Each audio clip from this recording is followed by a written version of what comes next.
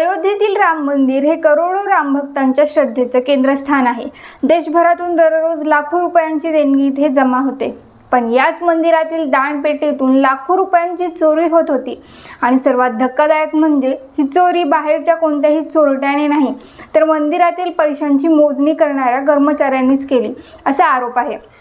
आता या प्रकरणाच्या तपासात एकामागून एक धक्कादायक खुलासे समोर येत आहेत। सीसीटीव्ही फुटेज, आरोपींची चौकशी आणि जप्त करण्यात आलेली रोख रक्कम पाहता हा प्रकार केवळ एका दिवसाचा नसून अनेक दिवसांपासून सुरू असावा असा संशय तपास यंत्रणांना आहे। पण नेमकी ही चोरी कशी केली जात होती, आरोपींचा प्लॅन काय होता, तपासात आतापर्यंत काय समोर आले आणि या प्रकरणानंतर नागरिकांचा भाजप विरोधातील संताप का वाढलाय, पाहूया सविस्तर या व्हिडिओत। नमस्कार, मी श्वेता, तुम्ही पाहताय आझाद मराठी। मंडळी, तर मंदिरांप्रमाणे राम मंदिरातही भाविकांकडून आलेली देणगी प्रथम दानपेट्यांमध्ये जमा केली जाते। त्यानंतर ठराविक वेळी या दानपेट्या उघडल्या जातात। त्या पैशांची मोजणी करण्यासाठी जवळपास 50 कर्मचाऱ्यांची नियुक्ती करण्यात आली होती। मोजणी पूर्ण झाल्यानंतर ही रक्कम बँकेत जमा केली जात होती। पोलिसांच्या तपासानुसार याच प्रक्रियेचा काही कर्मचाऱ्यांनी गैरफायदा घेतला। सीसीटीव्ही फुटेजमध्ये दिसतं की पैशांची मोजणी सुरू असताना काही कर्मचारी नोटांचे बंडल अलगद बाजूला काढतात। त्यानंतर त्या नोटा आपल्या कपड्यांमध्ये, पॅन्टच्या खिशात किंवा अगदी सॉक्समध्ये लपवतात। बाकी कर्मचारी पैसे मोजण्यात व्यस्त असताना हे बंडल बाहेर नेले जात असल्याचा आरोप आहे। तपासात आरोपींच्या चोरीची दुसरी पद्धतही समोर आली आहे। पैसे मोजताना हे कर्मचारी बंडलमध्ये अतिरिक्त नोटा टाकायचे। बँका अनेकदा फक्त बंडलांची संख्या मोजायच्या, प्रत्येक नोट नाही। त्यामुळे कागदोपत्री जास्त रक्कम दाखवली जायची। पुढे मंदिरातून बँकेत पैसे घेऊन जाताना वाटेत या अतिरिक्त नोटा काढून घेतल्या जायच्या। त्यामुळे बँकेतील जमा रक्कम आणि कागदपत्रांचा मेळ बसायचा, पण मधले पैसे आरोपींच्या खिशात जायचे। या खोलीतून बाहेर पडणाऱ्या कर्मचाऱ्यांची कोणतीही अंगझडती किंवा तपासणी केली जात नव्हती। सुरक्षा त्रुटीचा फायदा घेऊन आरोपींनी दीर्घकाळ चोरी चालू ठेवली। रोकड सोबतच भाविकांनी देवाचरणी अर्पण केलेल्या सोन्या चांदीचे दागिने जसे की कानातले, नथ, बांगड्या आणि पैंजण देखील नोंदवहीमध्ये नोंदवण्यापूर्वीच गायब केले जात होते। अयोध्या पोलिसांनी गेल्या 45 दिवसांचं सीसीटीव्ही फुटेज तपासलं। त्यामध्ये किमान 5 कर्मचारी वारंवार अशा पद्धतीने नोटा लपवत असल्याचा स्पष्ट दिसल्याचा दावा तपास यंत्रणांनी केलाय। मात्र इथेच आणखी एक गंभीर प्रश्न समोर आला आहे। मंदिर प्रशासनाकडे केवळ 45 दिवसांचं सीसीटीव्ही फुटेज उपलब्ध होतं। त्यापेक्षा जुनं फुटेज जतन केलं जात नसल्याने हा प्रकार नेमका किती दिवसांपासून सुरू होता याचा ठोस पुरावा सध्या उपलब्ध नाही। त्यामुळे चोरीची रक्कम प्रत्यक्षात किती असू शकते याचाही तपास सुरू आहे। या प्रकरणातील मुख्य आरोपी अविनाश शुक्लाच्या चौकशीतही अनेक धक्कादायक माहिती समोर आली आहे।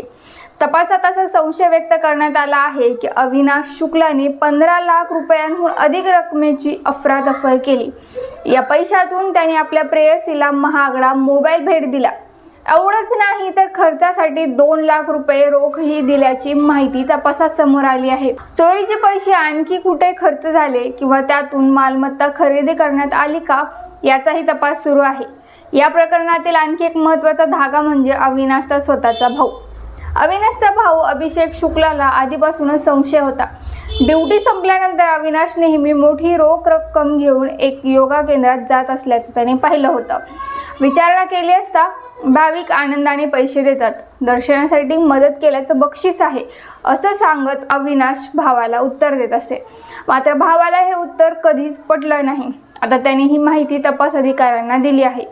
या प्रकरणात आतापर्यंत 8 जणांना अटक करण्यात आली आहे। त्यामध्ये अविनाश शुक्ला, लवकुश मिश्रा, अनुकल्प मिश्रा, मनीष कुमार यादव, करुणेश पांडे, रामशंकर मिश्रा, टीनू यादव आणि सुभाष श्रीवास्तव यांचा समावेश आहे। पोलिसांनी आरोपींच्या घरांवर आणि इतर ठिकाणी छापे टाकून आतापर्यंत जवळपास 80 लाख रुपये जप्त केले आहेत। याशिवाय बँक खाते, मालमत्ता, कागदपत्रे आणि आर्थिक व्यवहारांचीही चौकशी सुरू आहे। या तपासात आणखी एक गंभीर बाब समोर आली आहे।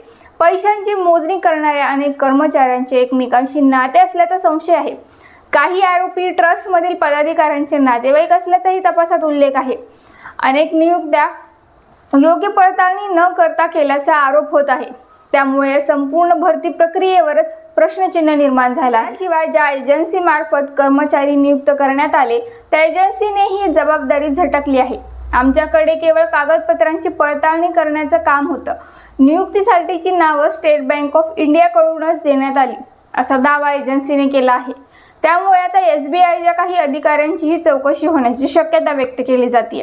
दरम्यान एका अहवालातून राम मंदिर दानपेटी चोरी प्रकरणानंतर भाजप विरोधात लोकांच्या मनात प्रचंड संताप असल्याचं समोर आलं आहे। या सर्वेत असं म्हटलंय की जनतेमध्ये संताप आहे। लोकांचं स्पष्ट म्हणणं आहे की राम मंदिरासाठी दिलेल्या देणग्यांमध्ये घोटाळा करणं म्हणजे करोडो हिंदूंच्या आस्थेशी आणि विश्वासाशी केलेला खेळ आहे। बहुतांश नागरिकांनी या प्रकरणाची उच्च आणि सर्वोच्च न्यायालयाच्या विद्यमान न्यायाधीशांमार्फत स्वतंत्र आणि निष्पक्ष चौकशी करण्याची मागणी केली आहे। कारण भाजपशी निगडीत असलेली मंडळी, BHPशी संबंधित मंडळी सूचकपणे बोलतायत की आम्ही फार बोललो तर आमच्या जीविताला धोका असेल। यामुळे नागरिकांच्या संशयाची सुई भाजपवर येऊन थांबते।